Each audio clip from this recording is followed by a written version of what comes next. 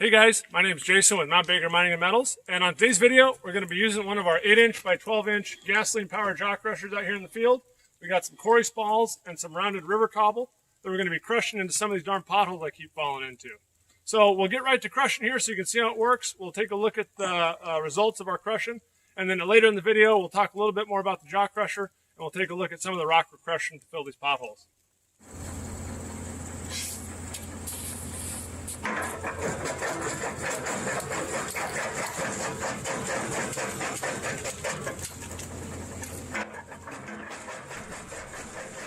I'm sure some of you guys are thinking, why are you crushing rock? Why don't you just go buy crushed gravel and fill your potholes?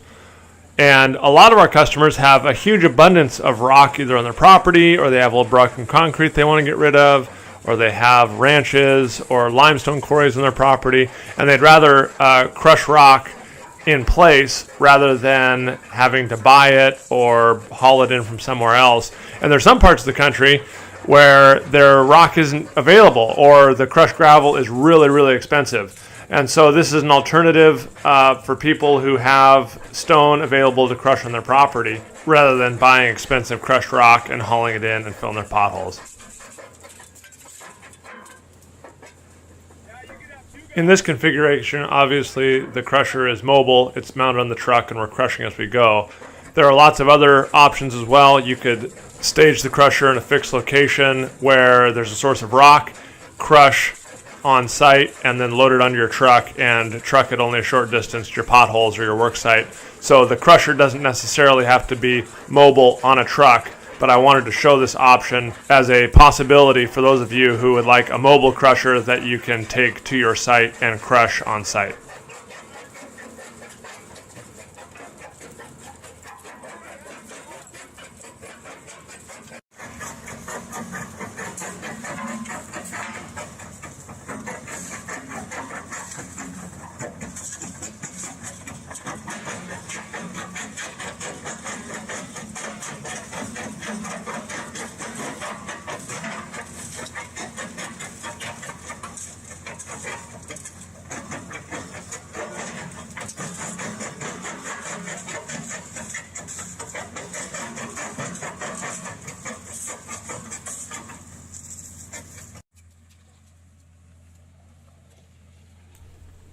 And this shot has obviously been sped up, but I just wanted to demonstrate that we could very easily move the truck to a new location and position it so that it was right over a pothole. And then I'd hop out, crush some rock into the pothole, and then I could back up or pull forward as needed. So it really is very mobile. We didn't shut the crusher off at all during our moving around. So the crusher was running, the truck was running, and it made for a very, very fast and efficient way to crush gravel right into the pothole.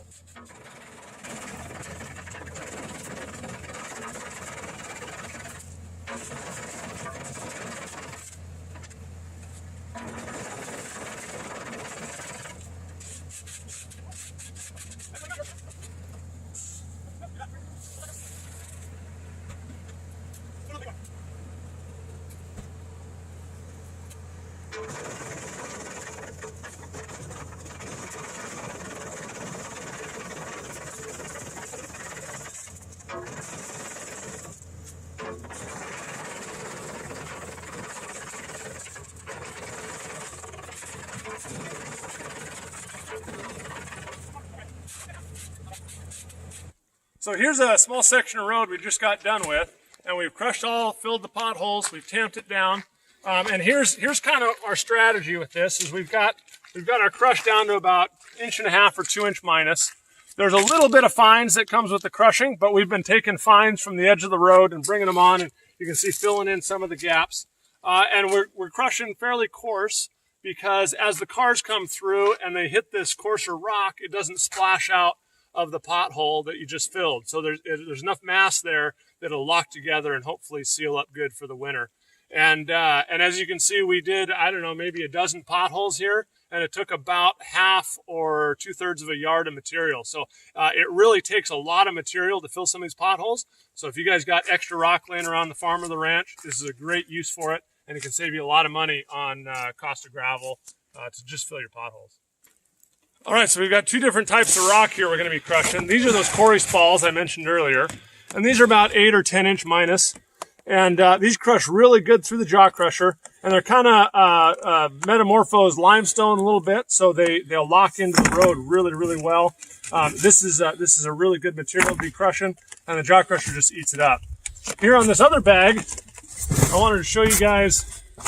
We get a lot of calls for farmers and guys who have field stones and rounded stones that come up with their plow every spring, and so this is really hard stuff. It's been river rounded, and it's essentially the hardest stuff in the river that's left over. We got some quartzite, we got some granite, we got some basalt, some schist in here that's rounded. So we really have a huge mix of material. And so I wanted to demonstrate the crusher with those two different types of material. The quarry spalls we're crushing a little bit coarser, and the rounded stuff we're going to crush a little bit finer, because you don't want to have big rounded surfaces going into your potholes. They'll just roll around. So we're going to crush this pretty fine, and then we'll crush the quarry spalls a little bit coarser so they can lock in and not splash out of our potholes.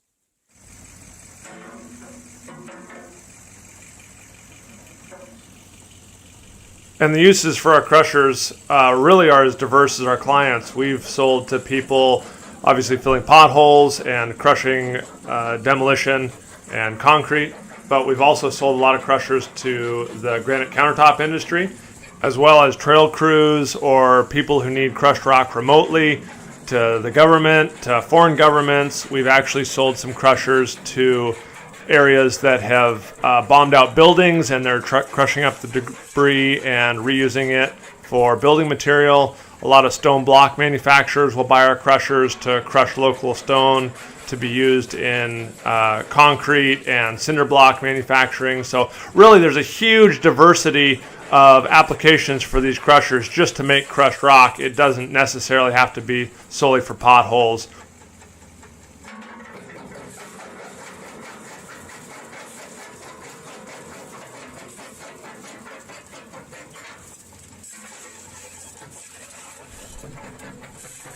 I wanted to talk a little bit about the maintenance costs and the operation costs of our jaw crushers. And these smaller ones, we have a 6x10, an 8x12, and a 10x16 that can all be powered with a gasoline engine. And the cost to run those varies obviously a little bit, but mostly the wear cost or the maintenance cost is for the jaw plates or the jaw dies themselves.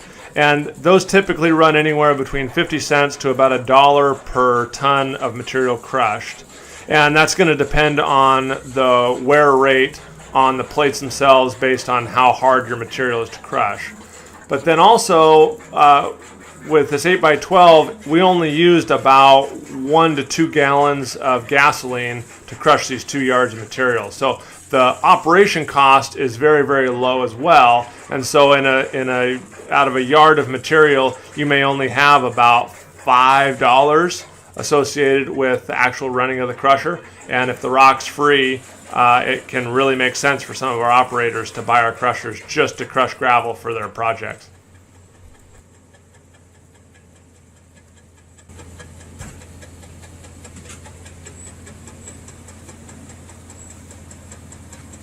What are we doing? That one? Okay. I think we're just going to take one side. Yep.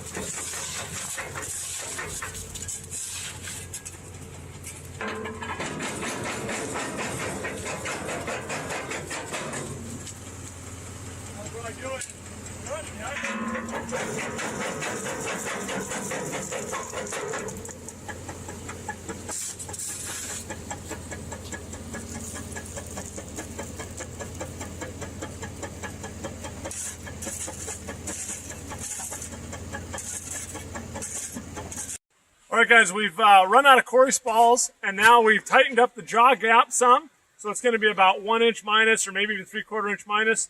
And we're going to run this section of potholes right here with some of the finer crushed river cobble, and we'll see how it looks. But again, we're crushing it fine to get rid of those rounded edges as best we can, so it doesn't roll out and slide out of these potholes when cars go over it.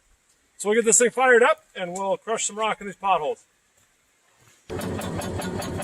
Now I know I'm going to get comments here, so I'll just come out and say it. The stationary jaw die there, you can see, is moving, and it's really not supposed to be. And we were out in the field, and there was a couple bolts that hold that thing in place that had actually come loose, and I did not have a wrench, so I could not tighten it. But this was a cool enough shot that I wanted to put it in so you guys could see how the jaw crusher operated. But that stationary jaw die should not be moving.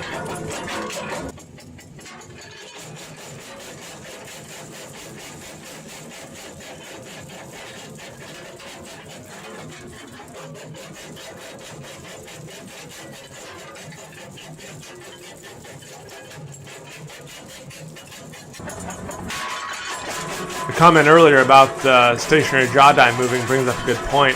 When these crushers are brand new, we suck down the bolts and the nuts as hard as we can with our impact wrenches, but on a new crusher, these things are under immense force and shear force, and so it's really, really important that after the first couple hours of operation, you recheck all the bolts and the nuts and make sure they're still tight, because there might be a little bit of a burr or the part didn't seat quite right and they work a little bit and loosen up. So it's really important to check the tightness of your bolts, and it was my bad in this situation that I didn't bring a wrench with me to check and tighten our bolts.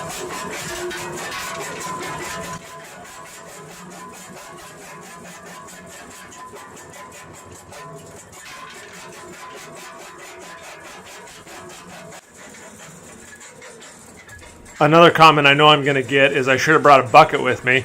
I could have filled the bucket up full of these quarry spalls and the rounded river cobble and just dumped them in and choke fed that jaw crusher. But again, I forgot a bucket. So this is probably not the most efficient way to operate this crusher, but it's what I had. And again, the term choke feeding is these crushers, you really can't jam them with rock. So you could fill up that entire orange hopper completely full of rock, and the jaw crusher would just choke feed down through it and just crunch it as it fell down into the crusher. So you really can't overfeed these jaw crushers, and that's one of the big advantages to them, especially when you're loading either with a bucket or with a small excavator, is you can just pour the rock to them and they'll just crunch through them, and when they're done, they're ready for more. So the size of the hopper you have is really the limiting factor on how much you can load into these crushers at any one time.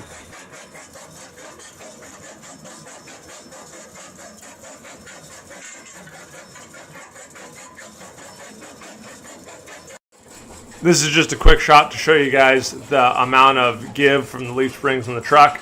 And with this 450, it really didn't seem to bother it at all. And the crusher just sat there and bounced a little. So it wasn't a big deal. And the springs on the truck or a trailer shouldn't be a problem. So here's our potholes behind me after we crushed our river cobbles into them. We pretty much used up the whole bag in this section and one a little bit farther up. But you can see here, this is kind of the size we're getting. It's a strong inch, maybe 1.5 inches. But you can see the variation in rock there. There's a bunch of different types of rock in there. And it's all real angular, so that should pack in real good. And as you can see, it's just a F450 truck with 8x12 jaw crusher in the back. So for all you guys that have ranches or farms or borrow pits on your property or an excess rock, and you're interested in getting one of our jaw crushers, we manufacture them and sell them. So you can find more information on our website, or give us a call, and you can find our contact information in the description below. So thanks for watching, and we'll see you on the next video.